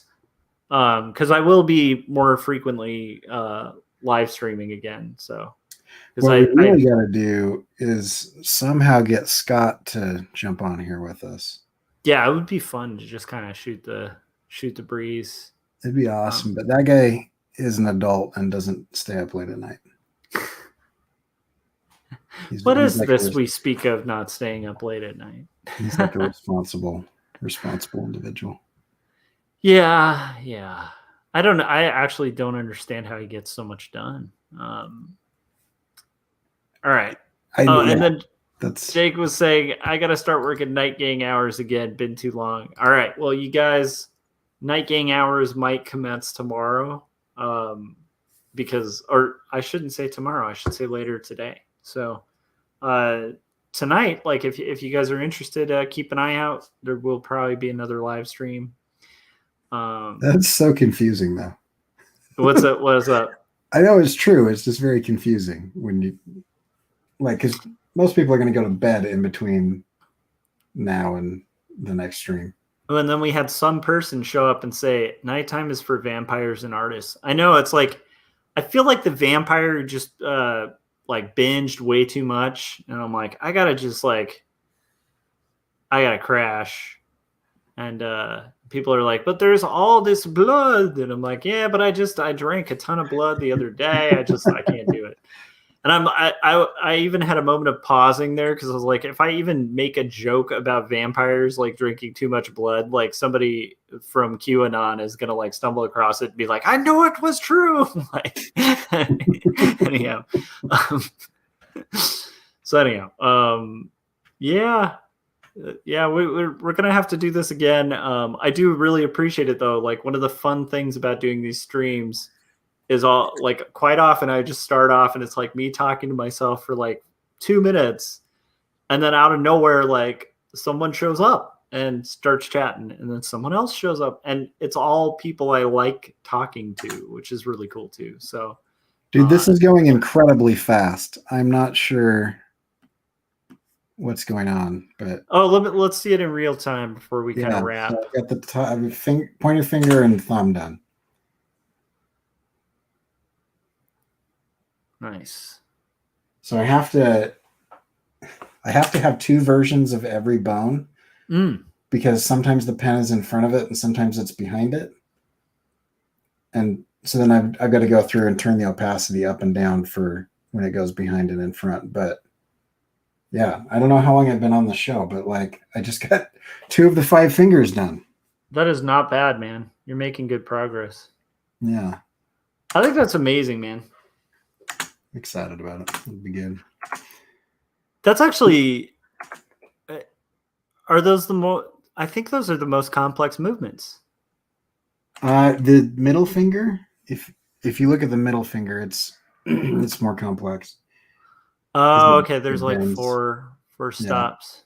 But the ring finger and the pinky finger almost don't move at all. Seeing this makes me really want to animate too. So I definitely do think what 2 Stories is done, if this book that I've been working on the proposal for isn't picked up or whatever, and I'm not working on that, maybe that will be my project kind of between projects. Yeah. Because it'd be fun to do like an animated movie. What we've got to do is we've got to get Yumi and Chris to do just something that like the 3 of us would really enjoy. Some deep dive into some ancient culture mixed with robots. Yeah, maybe just like political. Do like a crazy mecha battle or something. And then I could do like a slice of life bit that's kind of walking its way through the mecha battle. Like maybe it's a dude listening to headphones and he's just like, I'm so sad about my life. And then like, meanwhile, there's just this giant mecha battle happening around. I think that would be pretty amazing. Oh, that'd be great. I don't know.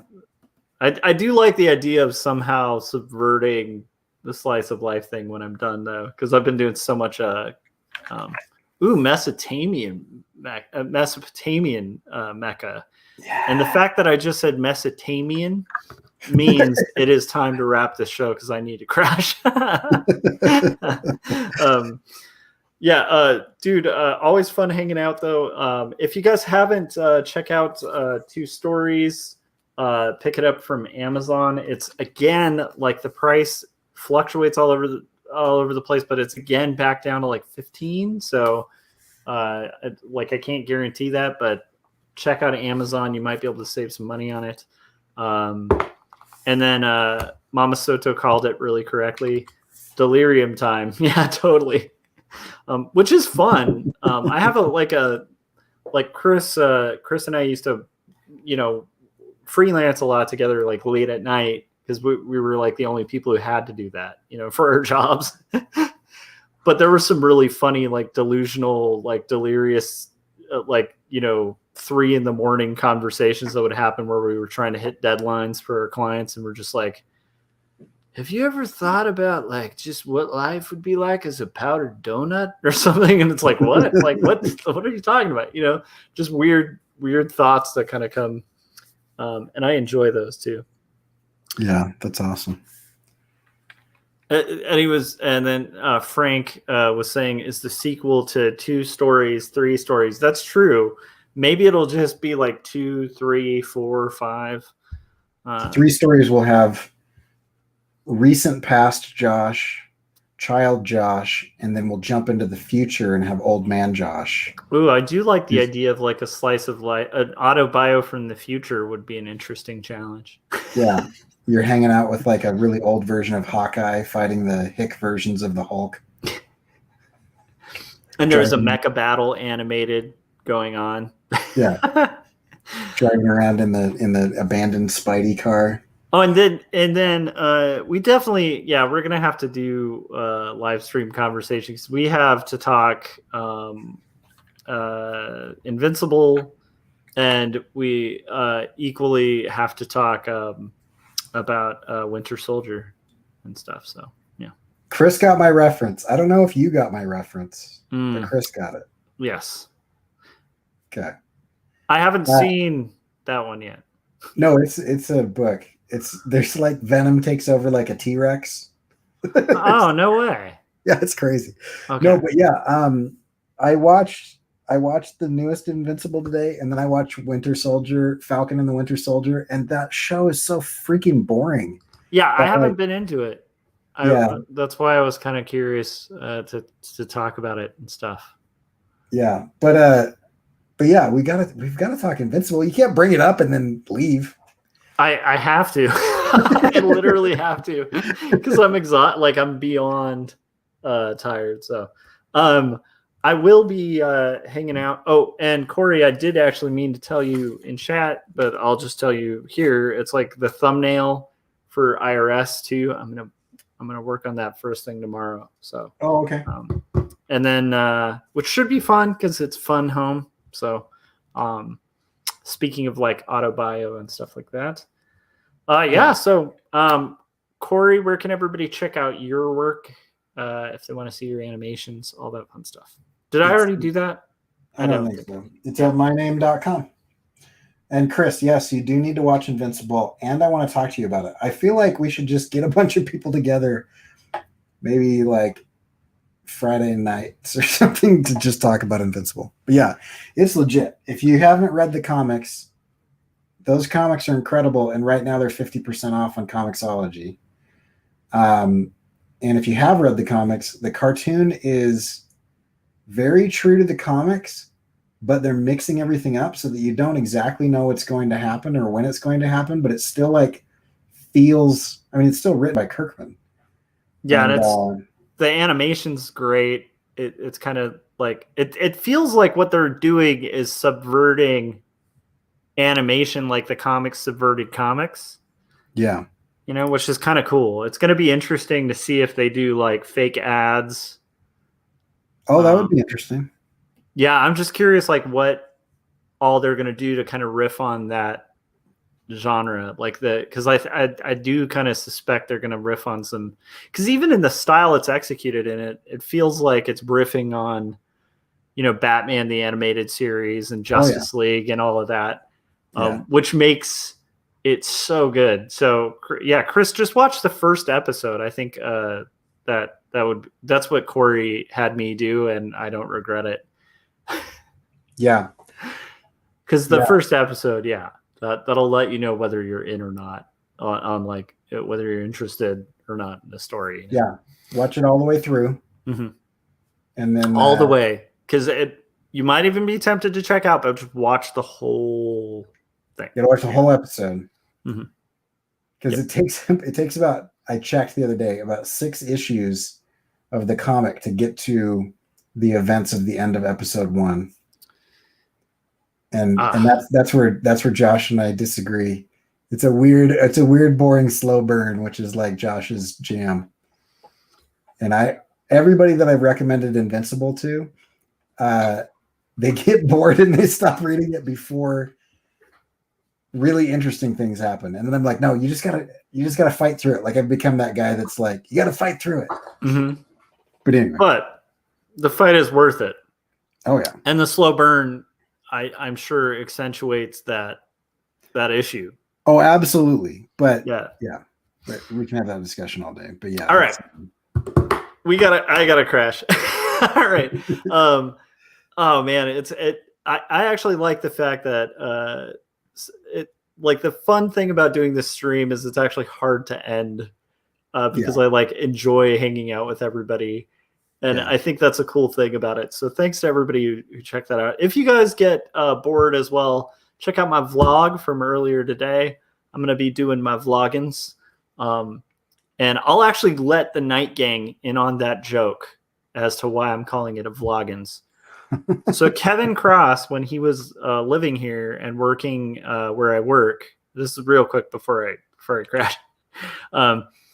So we would commute together, and he was like freelancing for where I art direct, and did excellent work, like really talented illustrator and designer and stuff. But anyhow, like, so we commute and we just goof around and joke all the time on the commute. But we had this on-running back and forth joke about vlogs by a guy named Kenny Vloggins, who would be like, "Hi, I'm Kenny Vloggins," and he was like this optimist who was like obsessed with Kenny Loggins.